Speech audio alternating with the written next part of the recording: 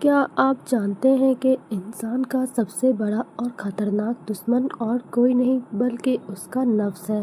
نفس انسان کو گناہوں اور برائیوں کی طرف مائل کرتا ہے۔ وہ ہر گناہ اور برائی کو خوبصورت بنا کر دکھاتا ہے اور آہستہ آہستہ اللہ سے دور کر دیتا ہے۔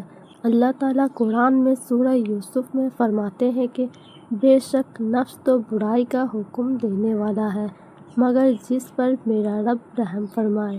یہ آیت ہمیں بتاتی ہے کہ اگر انسان اپنے نفس کو آزاد چھوڑ دے تو نفس اسے گناہوں، غرور، حسد، لالچ اور برے خواہشات میں مبتلا کر دیتا ہے۔ شیطان صرف انسان کے دل میں وسوسہ ڈالتا ہے لیکن نفس اس وسوسہ کو قبول کر کے انسان کو وہ کام کرنے کی ترغیب اور راستہ دکھاتا ہے۔ اسی لیے انسان کی سب سے بڑی جنگ خود اس کا اپنے نفس سے ہے۔ رسول اللہ صلی اللہ علیہ وسلم نے فرمایا، عقل مند وہ ہے جو اپنے نفس کا محاسبہ کرے اور موت کے بعد کی زندگی کے لیے عمل کرے، جبکہ بے بس وہ ہے جو اپنے نفس کی خواہشات کے پیچھے چلتا رہے اور اللہ سے جھوٹی امیدیں باندھے۔ کبھی سوچا ہے کہ ہمیں ہمارا نفس دن بھر میں کتنی بار بہکانے کی کوشش کرتا ہے، جیسے کہ پہلا، نماز ابھی نہیں، تھوڑی دیر بعد پڑھ لینا۔ یہ باتیں ہمارے من میں خود بخود نہیں آتے بلکہ یہ شیطان کا وسوسہ اور نفس کی چال ہوتی ہے تاکہ فرض عبادت میں سستی آ جائے۔ دوسرا، صرف ایک گناہ کرنے سے کیا ہی فرق پڑے گا۔ نفس انسان کو برائی اور گناہوں کو خوبصورت بنا کر پیش کرتا ہے کہ انسان اسے کرے اور اپنے اچھے اعمال کو ضائع کر لے۔ حالانکہ چھوٹے چھوٹے گناہ سے نہ بچنا اور یہی ایک ایک گناہ مل کر کے انسان کو اللہ سے دور کر دیتا ہے۔ تیسرا، وہم، یعنی لوگ کیا کہیں گے، اور یوں ہم سب اللہ کے دین کے راستے سے بجائے لوگوں کے رائے کو اہمیت دینے لگتے ہیں۔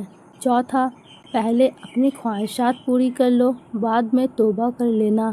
یہی نفس کی چال ہے، حالانکہ کسی انسان کو یہ پتہ نہیں کہ بعد میں توبہ کرنے کا موقع ملے گا بھی یا نہیں۔ اگر ہم سب اپنے نفس کی چال پر چلتے رہیں تو آہستہ آہستہ دل گناہوں کی وجہ سے سخت ہو جاتا ہے، عبادت بوجھ لگنے لگتی ہے اور گناہ کرنا معمول بن جاتا ہے۔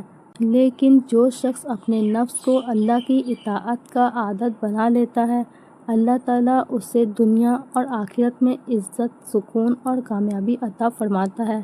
اللہ تعالیٰ قرآن میں سورہ نازعات میں فرماتے ہیں کہ جو شخص اپنے رب کے سامنے کھڑا ہونے سے ڈرا اور اپنے نفس کو خواہشات سے روکے رکھا تو بے شک جنت ہی اس کا ٹھکانہ ہے۔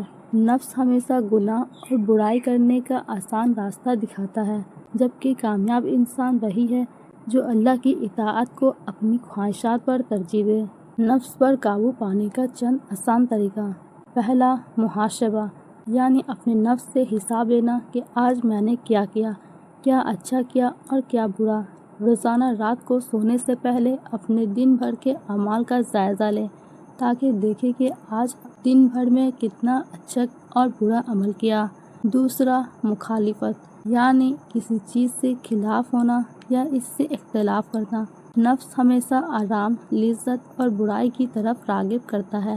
جو چیز نفس کو بہت پسند ہو لیکن وہ نقصان دہ ہو، اس سے ہرگز گریز کریں۔